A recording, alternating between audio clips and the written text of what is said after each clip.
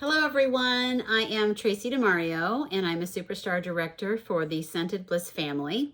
And today I want to talk about all things related to events. So I'm going to try to make this as inclusive as possible, so whether you are completely new to the thought or the idea, or maybe you're a veteran, my hope is that you are going to get some tips and hopefully some things that are going to make doing events successful for you. So the first question that I get asked is, where do you find events? And I've been doing Scentsy now for almost 17 years. So things have changed considerably since that time period.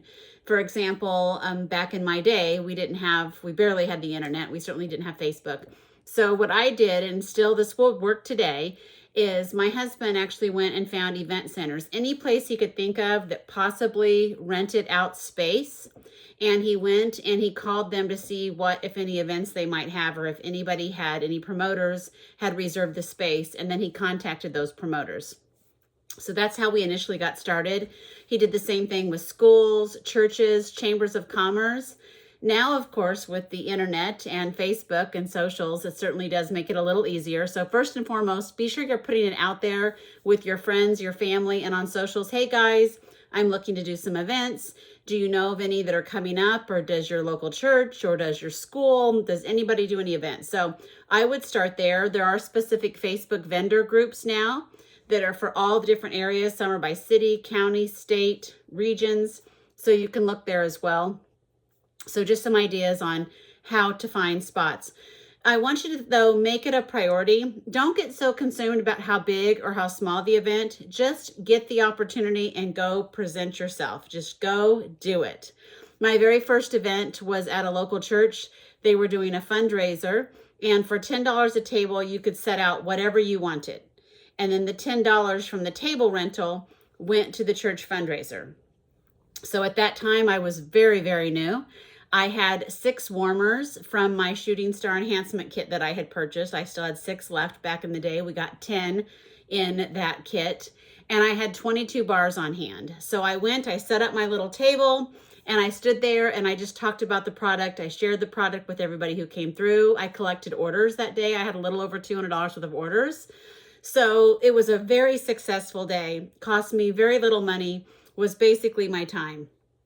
And that's what I want you guys to realize is, more importantly, the most important thing, especially if you're a newer consultant, but I personally, like my husband and I were just talking, like contacts, building new customers. I'm very thankful. I've had the same customers for many, many years, but there's still room to grow. And so I want to find new areas to go to where I can get new contacts and new customers. You know, one of the things I have learned is that consultants come and go in this business. It always makes me sad, but that is just the reality. So there's always customers out there looking for a consultant. I hear this all the time when I'm out and about is, oh my gosh, you sell Scentsy. I've been looking for a consultant.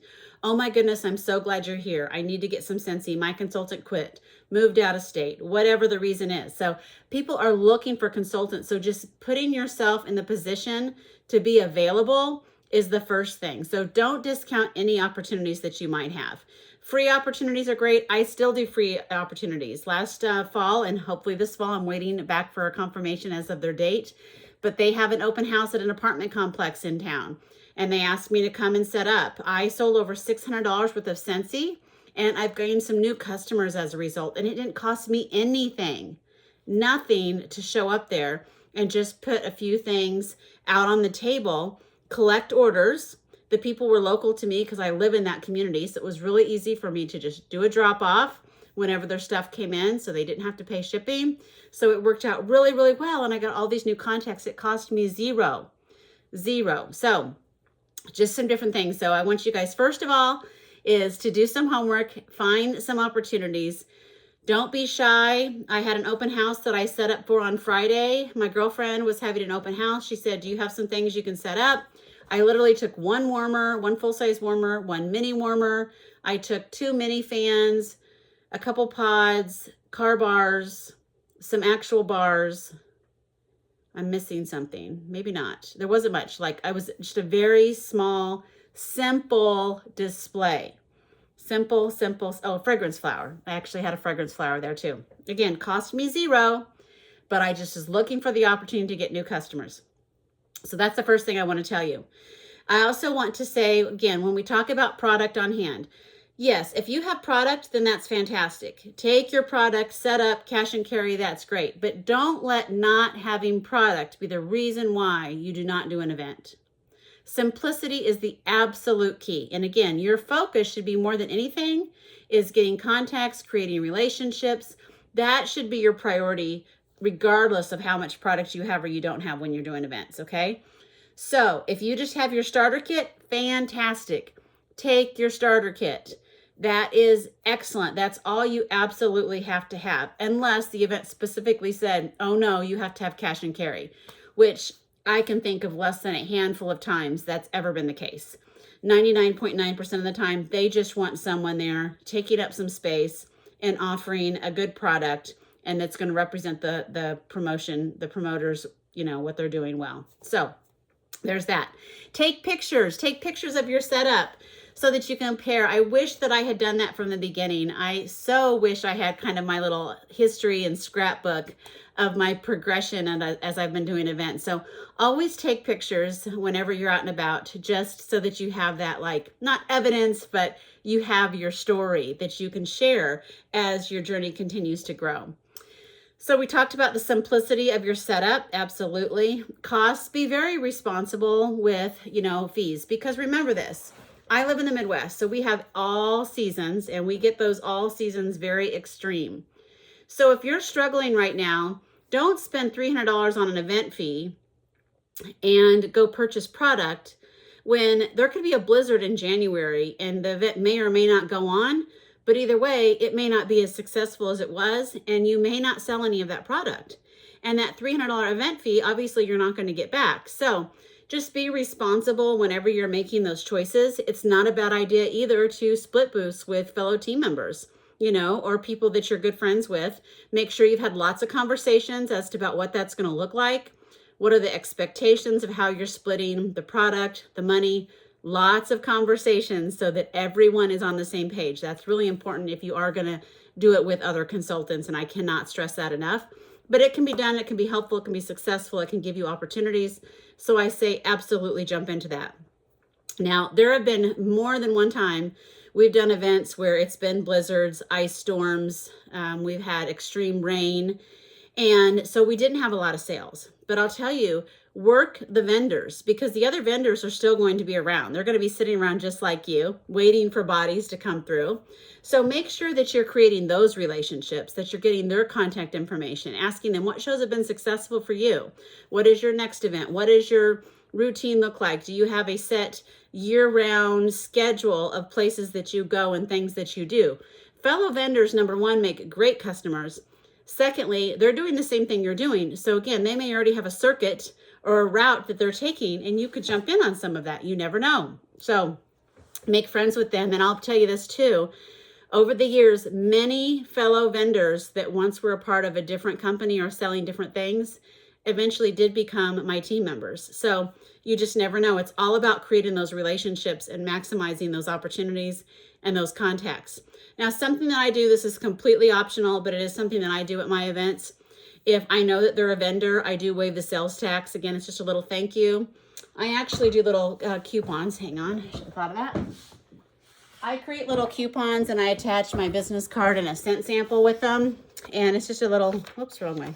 Just a little coupon, very simple, as you can see, saying stop by my booth, purchases at this event, I waive the sales tax. So that saves them like 8%. But in the event that they can't get by my booth, I do have my QR code there, my contact information.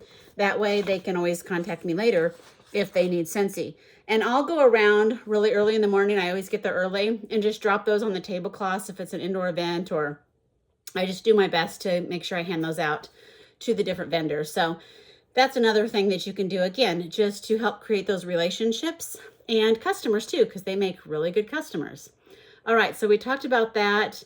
Okay, transporting to events. So initially, we used to play a game, how much can we fit in the back of my minivan? And I did that for a couple of years. And then my husband came on board to helping me full-time with the business.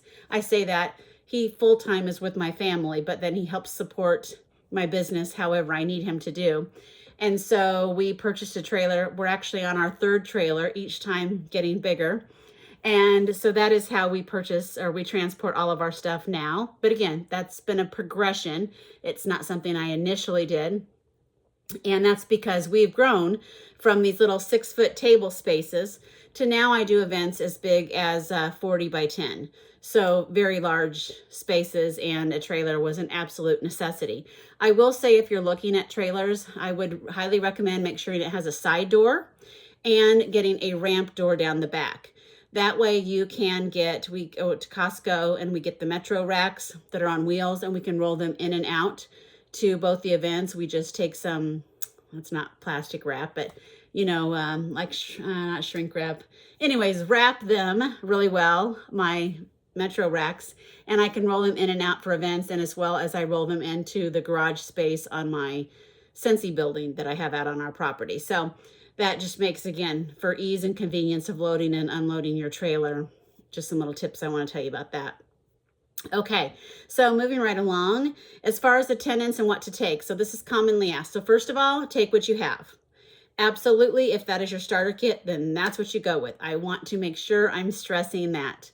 However, over time, if your goal is to do events and you really want to do events, then you want to be maximizing any consultant perks and opportunities you have to get that product. So I have always enrolled in the Scent of the Warmer of the Month because, again, best bang for my buck. I'm going to pay a certain amount for that warmer and scent of the month, but then I get all this extra product that when I sell it, I'm making additional cash of more so than what I paid plus my commission. So it's a really good deal.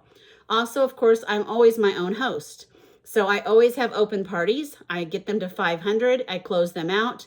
I take the perpetual, the 3 half prices, and the 75 and free. And I'm always getting all those products that, again, when I go to events and I sell them, I'm making 50 to 100% profit off of those specific items. So that has helped me over the years. And I knew I wanted to do events because that was an interest my husband had. And in order for him to kind of feel like a part of our business, it was what we were going to do. So I also started investing parts of my income, my Scentsy commissions, back into product as well. So just some kind of things. And I always order and bundle save. If there's a bundle and save, of course, I'm always going to be ordering that way. So again, every little bit is going to help you accumulate, but it's going to take time. I mean, very few people, if anyone I know, just says, oh, I'm going to start doing events and goes out and spends thousands of dollars on product. Like, I would never encourage that. So again, mine has been a progression over many, many years of building my stuff. And like I said, today, I still do events that are free. And my most expensive event fee is $4,400. So anything in between, I still do booths that are 6-foot table, 1 table only, and then I do the 40 by 10 booths. So I'm not too good to do any of them, and I'm not too proud, because what is my goal? New customers, new relationships, okay? So I wanted to talk about that. Again, another thing that I do, I said my vendors that I waive sales tax. If I can tell that they're military or they're emergency personnel, I waive the sales tax. It's just, again, not required by any means, just something I feel good about doing. So if they're wearing, a hat that indicates they're a veteran, or they're obviously in law enforcement uniform or something, or I have any indication whatsoever, I will say, oh, I just want to thank you for your service or for what you do and helping the community. I'm going to waive your sales tax. So that's something that I do as well.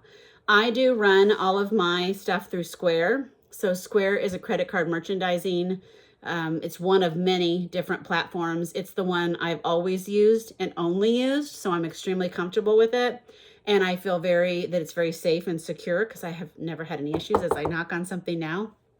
So I will tell you with Square, if you don't have a referral, if you don't have an account, make sure you message me or your upline or someone that does, because you can get 1,000 free processing. So you want to make sure that you have a referral code. And what that means is if you're not using Square, you're not charged. So there's no monthly fees, there's no minimum or maximum, none of those things. It's only if you actually are making charges or transactions that there's a fee associated. And the fee does vary based on, for example, if you have to manually enter a card, if you're swiping the card, there's a few exceptions to how the fee varies, but I consider it just a part of doing business. You will get 1099 at the end of the year, and I give that to my CPA. You can write off your credit card fees. And also, As far as the 1099 goes, my CPA has always said, as long as you can prove you ordered as much product as your 1099 from Square is, then it's not going to cost you any money and it's not going to be an issue. And that's what we've been doing for years, and it hasn't. So that's just a little sidebar tip there. Okay, back to Square. So with Square, you can make it as basic as you want. You can literally just use the checkout status and type in like 5.00 plus 5.00 for a $10 purchase. I actually do have all of my items that I take to events keyed into my Square, which does take some time to initially set up. So I've created items, so everything is in my Square. I also have them categorized like the catalog. So I have warmers, bars, clean, laundry. Again, these are all optional things, but the reason I like to do this is at the end of my event, I can go back through and see, number one, by category, what my highest sales were. Like I sold maybe 60% in the warmer category, 30% in the bar category, and 2% in clean or something. So maybe the following year that helps determine what I take or I don't take. Also, you can break it down as specific as how many zebra buddies I sold, or how many pumpkin roll bars, if you have your bars in there specifically. I do, but I don't always utilize that feature. I have mine listed, and how I do mine majority of the time is single bar, 3-pack, 6-pack is how I have mine listed in bundle and saves, because it's just quicker. But as far as all of my warmers broke down and cleaning products and such, all of that's in there. And I can, if you guys have questions, I can always share a little bit more of that later too. So that's what I do with my Square, how and why I do my Square. Most people are fine with running it. So Square will give you for free. I don't know if I have one here. Oh, actually I do. You can get these for free through Square. However, I'm going to highly recommend you get the chip reader. I think it's like $39. You can buy them on Amazon or from Square. And if you swipe a card using this, and that customer were to go back and dispute the charge, then Square will not stand behind it. So you're going to get charged and you're going to end up eating that, whatever that amount was. If you use the chip reader that you can purchase for $39, any transactions through there, Square will stand behind you and support you. So you don't have to worry about chargebacks. So that's why I only use the chip reader, with rare exceptions. Like I keep this here at my office because I have people who come by sometimes and they're my regular people. So I'm not too worried. But I just wanted to make sure you understood the difference in that as well. Okay, customer information. Guys, this is the key. You're spending lots of money, or maybe you're not, but regardless, it's your time. So you need to be maximizing the opportunities while you're there of getting information. So I'm going to tell you, I don't care how you do it, what form you want to use. You want to do it digitally, you want to do it paper.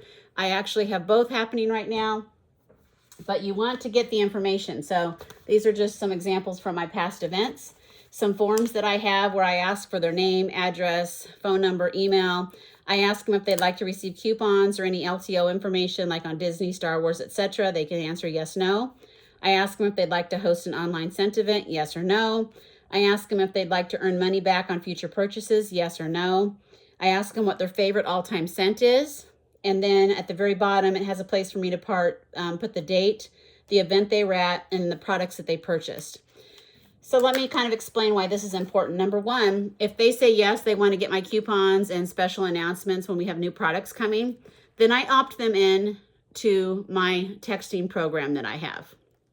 So that way, every week when I send out my customer text messages, they're going to get my message of anything that's happening. So that gives me permission, I feel like, to do that. You don't need a texting app. For most of you, you do not need that. You can do what I did for many, many years. Copy and paste the same text to your customer list, okay? It still works just fine. Do you want to host an online scent event? Obviously, you could change this up just a scent event and in parentheses put whatever events you like to do, online, home, you know, whatever. So naturally, that's pretty self-explanatory. Are you interested in earning money back on future purchases? And again, this is my reason to contact them about becoming a consultant. Now, if they mark no, it doesn't mean I won't ever ask them.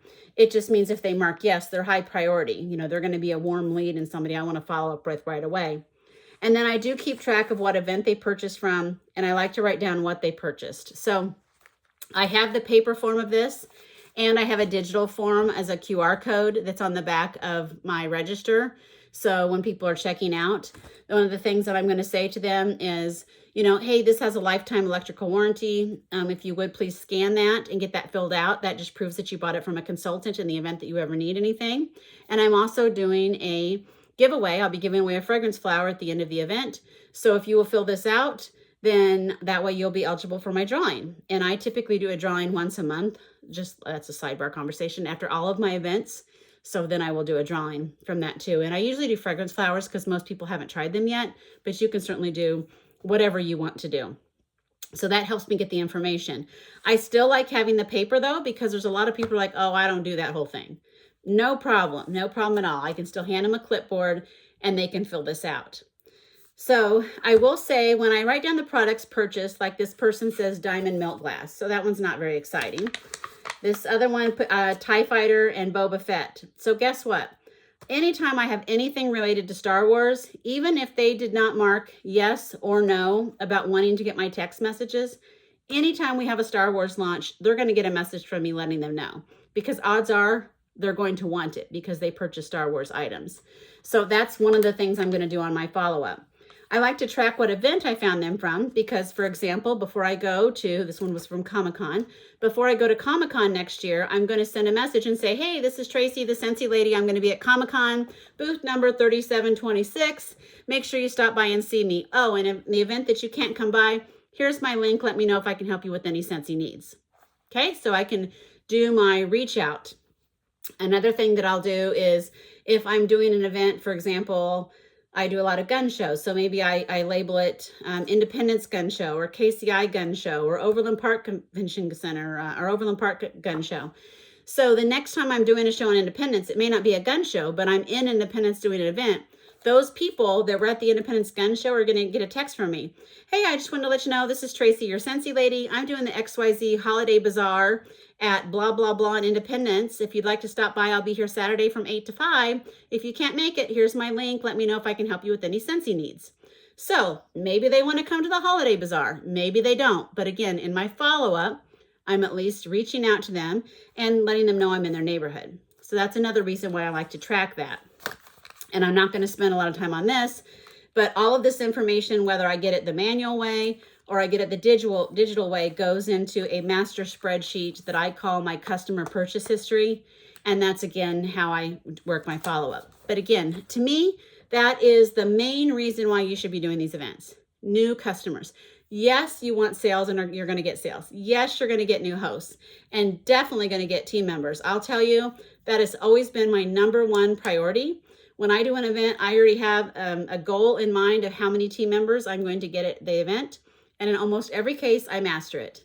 Now, let me say, when I talk about that, they don't always happen that particular day or even that weekend. For example, I just had this happen this week. I was going through to do some follow-up messages, and I had a gal that I had met at the state fair, which was in August. And she had said that she might have an interest. I talked to her about joining at the state fair. She might have an interest, but that wasn't a good time. So I had asked her in August. Well, now it's October. So it's like maybe things now is the right time. So I sent her a message and she actually said, well, actually, I just had surgery last week and I'm off for the next however many weeks recovering. So this would be a perfect time for me to have something to be working on while I'm off.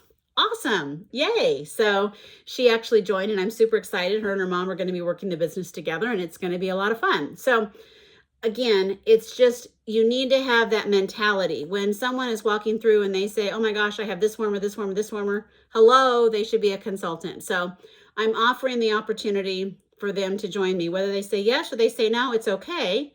My goal is going to be, obviously, I want to get their contact information. Everybody leaves with mine. And I do everything I can to get their information too, even if they don't make a purchase from me. Again, in the first part of September, I did an event and someone walked by my booth, asked me for a business card. I always have business cards stapled with a scent sample. I'm gonna say I don't have any right around me at the moment, but I always have them, so I handed it to them. They called me probably 2 or 3 weeks after the event and said, hey, you know, I wanted to talk to you more about the Scentsy thing. I've been thinking about becoming a consultant. Bam, she became a team member. She didn't buy anything at the event. Zero, nada. So just saying, you never know. So make sure you're having those conversations. I also like to recommend that, of course, you stand during the event. You won't see me sitting a whole lot. I mean, I do occasionally, especially if I have another person in the booth. But if I do, I have a very high director chair, and actually just purchased a couple of new chairs that a friend recommended, telescoping chairs that are going to bring you up high. So even if you do have to kind of sit down or get some of the weight off of your back or your feet, you're still at their level instead of being down. So I think that's really important. And obviously have a good time, have fun. You know, you need to have fun. They are a good time. They can be a lot of work setting up and break down. I can give you a lot more tips on that too at a later date, but hopefully this has been really helpful.